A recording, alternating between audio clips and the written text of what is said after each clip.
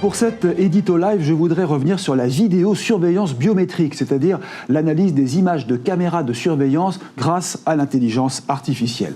La sécurité privée est concernée au premier chef. Elle pourrait en tirer un grand bénéfice si les choses bougent à Bruxelles, comme je l'entends dire de la part d'entreprises comme Thales, comme Idemia, qui, vous le savez, est l'un des grands leaders français des technologies d'identité. Sans oublier Atos, malgré ses énormes difficultés en bourse et qui doit gérer actuellement son projet de transformation.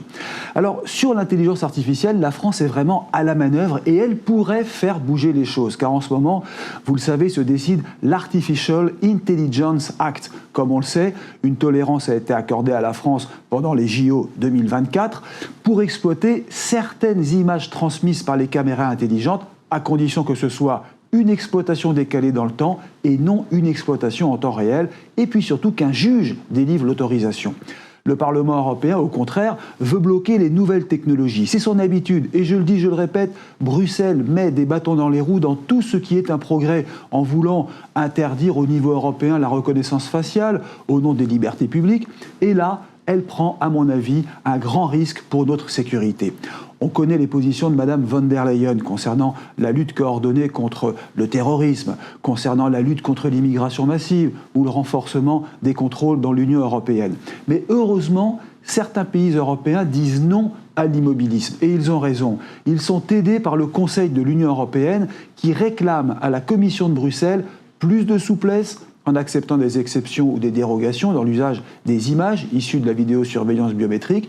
Et selon le Conseil de l'Union, eh bien, cette situation, la situation actuelle, est trop grave pour se passer des outils modernes qui pourraient nous aider. D'autant que la France dispose dans ce domaine des entreprises les plus en pointe. Il y a aussi le lobbying qui est efficace dans des grands groupes français. Et grâce à cela, Paris peut-être pourrait obtenir gain de cause. Et c'est tout le secteur de la sécurité privée qui en profiterait.